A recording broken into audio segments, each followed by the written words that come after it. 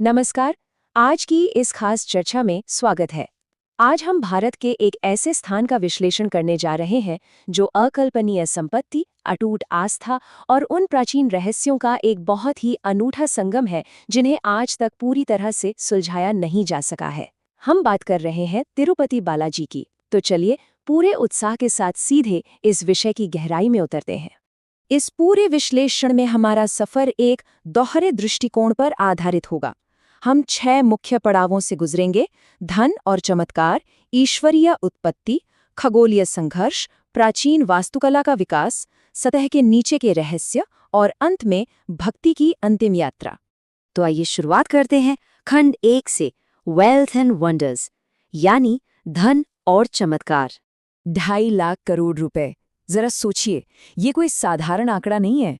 ये इस मंदिर की कुल अनुमानित संपत्ति है।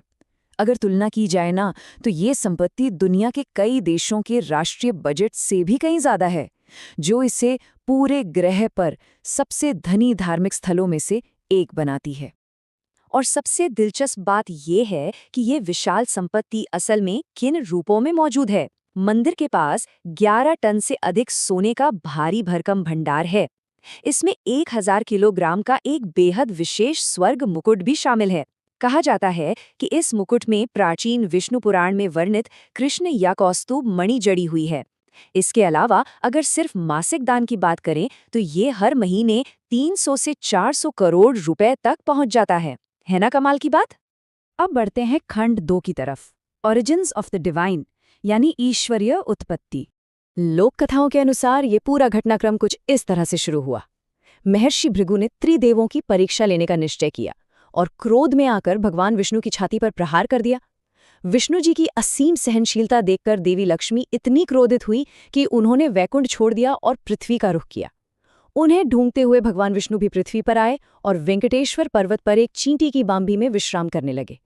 और फिर यहीं पर पद्मावती और श्रीनिवास के रूप में उनका दिव्य पुनर्जन्म और मिलन हुआ। इसी दौरान एक बहुत ही मार्मिक घटना भी घटी। मान्यताओं के अनुसार एक चरवाहे की कुल्हाड़ी गलती से भगवान विष्णु को लग गई, जिससे उनके माथे पर एक गहरा घाव हो गया।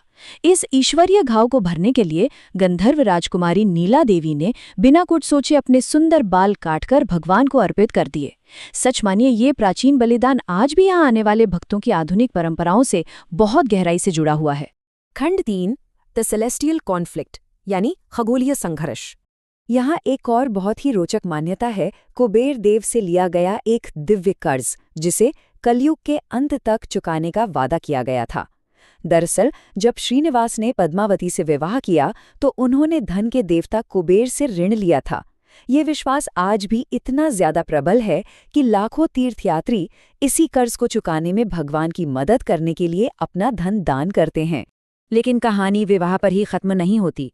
जब देवी लक्ष्मी को श्रीनिवास और पद्मावती के विवाह का पता चला तो एक बड़ा विवाद उत्पन्न हो गया। कथाओं में बताया गया है कि इस भयंकर तनाव को शांत करने के लिए श्रीनिवास ने स्वयं को एक पत्थर की मूर्ति में बदल लिया। अपनी गलती का एहसास होने पर दोनों देवियां भी उसी मूर्ति में समा गईं। और पता है, यही कारण है कि आज भी भगवान को स्नान कराने के बाद नीचे धोती और ऊपर साड़ी पहनाई जाती है। यह इस शाश्वत एकता को बहुत ही सुंदर ढंग से दर्शाता है। चलिए अब आगे बढ़ते हैं खंड 4 पर, इवोल्यूशन ऑफ एंशिएंट आर्किटेक्चर, प्राचीन वास्तुकला का विकास। और ये स्लाइड बहुत ही बेहतरीन तरीके से दर्शाती है कि कैसे एक ही स्थान को देखने के 2 अलग-अलग नजरिए हो सकते हैं। एक तरफ हमारी लोक कथाएं हैं जो मानती हैं कि ये मूर्ति ईश्वरीय हस्तक्षेप से स्वयं प्रकट हुई है। वहीं दूसरी तरफ हमारा इतिहास है जो 1200 से अधिक प्राचीन पत्थर के शिलालेखों के माध्यम से इस मंदिर के निर्माण को अलग-अलग राजवंशों के संरक्षण से जोड़कर देखता है। अगर हम ऐतिहासिक पन्नों को पलटे तो ये क्रमिक विकास बिल्कुल स्पष्ट हो जाता है। 9वीं शताब्दी में पल्लव राजवंश ने प्रारंभिक गर्भगृह की नींव रखी थी। इसके बाद 11वीं शताब्दी में चोल राजवंश ने इसका विस्तार किया और मंदिर को गांव दान में दिए। और फिर 16वीं शताब्दी में विजयनगर साम्राज्य के सम्राट कृष्णदेव राय ने इस मंदिर को इसकी असली भव्यता प्रदान की और उस प्रसिद्ध स्वर्ण गोपुरम का निर्माण करवाया। लेकिन वास्तुकला के नजरिए से यहाँ कुछ ऐसे पहलू भी हैं जो आज के आधुनिक वैज्ञानिकों के लिए भी एक पहेली बने हुए हैं। 1987 में जब भारतीय पुरातत्व सर्वेक्षण ने कार्बन डेटिंग का प्रयास किया तो उपकरणों ने रहस्यमयी तरीके से काम करना ही बंद कर दिया। वहीं 2018 में आईआईटी मद्रास के एक शोध ने यह पुष्टि की कि मंदिर के पत्थरों के बीच ठीक 0.2 इंच का फासला रखा गया है। ये एक ऐसी प्राचीन वास्तुकला की सटीकता है जिसे आज की आधुनिक लेजर तकनीक के बिना हासिल करना लगभग असंभव माना जाता है। हमारा 5वां पड़ाव है सीक्रेट्स बीनीथ द सर्फेस, यानी सतह के नीचे छिपे रहस्य। अब एक ऐसा सवाल जो अक्सर सबको चौंका देता है, एक 1000 साल पुराना दीपक बिना पारंपरिक तेल या बाती के लगातार कैसे जल सकता है? 2017 में डीआरडीओ की एक टीम ने इस पर शोध किया था। उनकी थ्योरी के मुताबिक ये दीपक हिमालय की जड़ी बूटियों से बने अमृत तुल्य तेल और देवदार वृक्ष की छाल से जलता है। साथ ही मंदिर का वेंटिलेशन सिस्टम इतना सटीक है कि हवा का प्रवाह इसे हमेशा प्रज्वलित बनाए रखता है। इसके अलावा भी यहाँ कई ऐसी स्थानीय मान्यताएं और घटनाएं दर्ज हैं जो सच में रोंगटे खड़े कर देती हैं। कहा जाता है कि गर्भगृह का तापमान 20 डिग्री सेल्सियस होने के बावजूद मूर्ति से लगातार पसीना आता है। स्थानीय पुजारियों की माने तो मूर्ति के करीब जाने पर समुद्र की लहरों की स्पष्ट आवाज सुनाई देती है। एक और दिलचस्प बात, प्रसाद की सामग्री एक ऐसे रहस्यमयी गांव से आती है जो 23 किलोमीटर दूर है, लेकिन आज तक उस गांव का सटीक पता बाहरी दुनिया को नहीं मिल सका है। और तो और रिकॉर्ड्स में 1937 की एक ऐसी घटना का भी जिक्र है जहां मूर्ति के पीछे देखने की कोशिश करने वाले एक पुजारी की आवाज और आंखों की रोशनी चली गई थी। अब जरा बात करते हैं मंदिर के नीचे मौजूद उन रहस्यमयी गुप्त सुरंगों की, जिनका जिक्र अक्सर स्थानीय किस्सों में होता है। ब्रह्मास्त्र नाम की सुरंग के बारे में माना जाता है कि यहाँ कोई बहुत ही प्राचीन और शक्तिशाली अस्त्र छिपा है। स्वर्ण भंडार के बारे में किंवदंती है कि इसमें विजयनगर साम्राज्य का 500 टन सोना मौजूद है। और सबसे ज्यादा चौंकाने वाली है काला पानी सुरंग। दावा किया जाता है कि इसमें एक ऐसा अज्ञात तरल पदार्थ है जिसके परीक्षण के दौरान कुछ लोगों की दृष्टि जाने की रिपोर्ट सामने आई थी।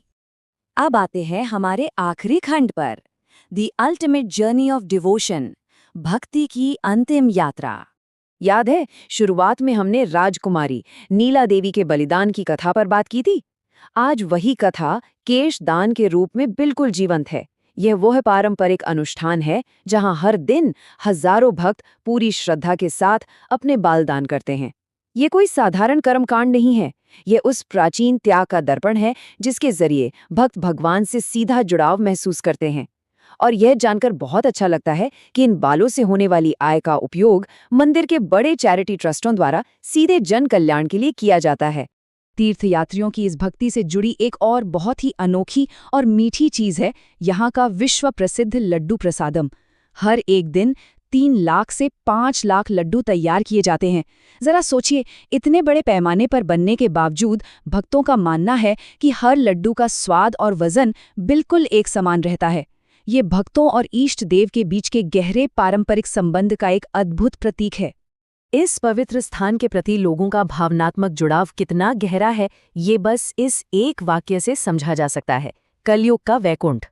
तीर्थयात्रियों के लिए ये सिर्फ पत्थरों से बना कोई ढांचा नहीं है, ये एक परम विश्वास है कि यहाँ आकर मांगी गई सच्ची प्रार्थनाएं हमेशा पूरी होती हैं। और यही वो गहरी आस्था है जो लाखों लोगों को असीम शांति और सुकून प्रदान करती है। तो इस पूरी चर्चा के बाद एक बड़ा ही दिलचस्प और प्रासंगिक सवाल सामने आता है, प्राचीन वास्तुकला की ये अचूक सटीकता आखिर कहाँ खत्म होती है और ईश्वरीय आस्था कहाँ से शुरू होती है? क्या तिरुपति बालाजी का ये अकल्पनीय स्वरूप केवल राजवंशों के इतिहास और विज्ञान के पन्नों तक सीमित है, या यहाँ सच में कुछ ऐसा भी है जो हमारी तार्किक समझ से कहीं आगे है? खैर, चाहे इसे इतिहास की दृष्टि से देखा जाए या असीम श्रद्धा की दृष्टि से, ये स्थान अपने आप में बेहद रहस्यमयी और अद्वितीय है। इस विश्लेषण से जुड़ने के लिए बहुत बहुत धन्यवाद। उम्मीद है कि इससे कुछ नया सोचने और जानने का अवसर जरूर मिला होगा।